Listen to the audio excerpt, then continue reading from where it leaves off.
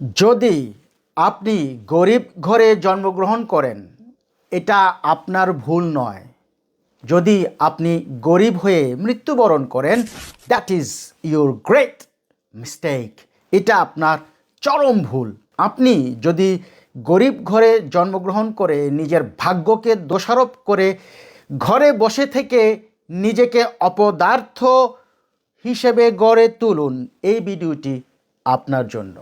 আপনি গরিব, আমার বাবা গরিব, আমি গরিব ঘরে জন্মগ্রহণ করেছি, বাহ কি সুন্দর সস্তা একটি কস দেখিয়ে আপনি নিজেকে অপদার্থ বানিয়ে রেখেছেন। শুনুন এই গরিব, শুনুন, আপনি প্রতিদিন যদি নিজেকে 1% করে উন্নতি করেন, বৎসর শেষে 365% আপনি নিজেকে উন্নতি করবেন।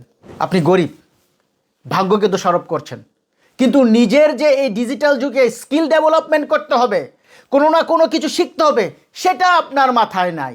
আপনি গরিব, ননসেন্স, ইডিয়েট। একটি স্কিল নির্ধারণ করেন, যে স্কিলটা আপনি ওই স্কিলের মাস্টার হবেন। যে কোনো একটা স্কিল নির্ধারণ করেন যে আমাকে এই কাজটা শিখতেই হবে, যে কাজটা শিখলে ভবিষ্যতে আপনার রিজিকের এবং আপনার ইনকামের কোনো চিন্তা করতে হবে না।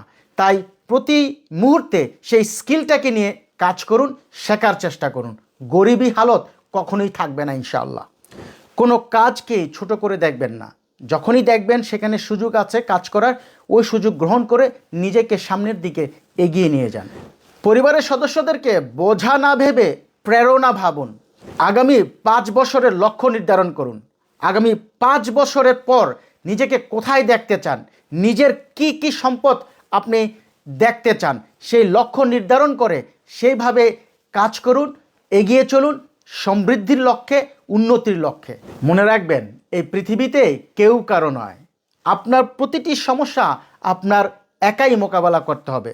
তাই প্রতিটি সমস্যা সমাধানের মন ও মানসিকতা তৈরি করুন, যে এটা আমার সমস্যা, আমাকেই সমাধান করতে হবে আল্লাহর রহমত দ্বারা। সেই মন ও মানসিকতা তৈরি করুন। আর হ্যাঁ, নিজেকে অন্যদের চাইতে এক ধাপ এগিয়ে রাখতে একে টিভির সঙ্গেই থাকুন। জি হ্যাঁ, অন্যকে মোটিভেশন দিয়ে নিজেকে মোটিভেটেড রাখার নামই Ahmed Kausar. Thank you so very much.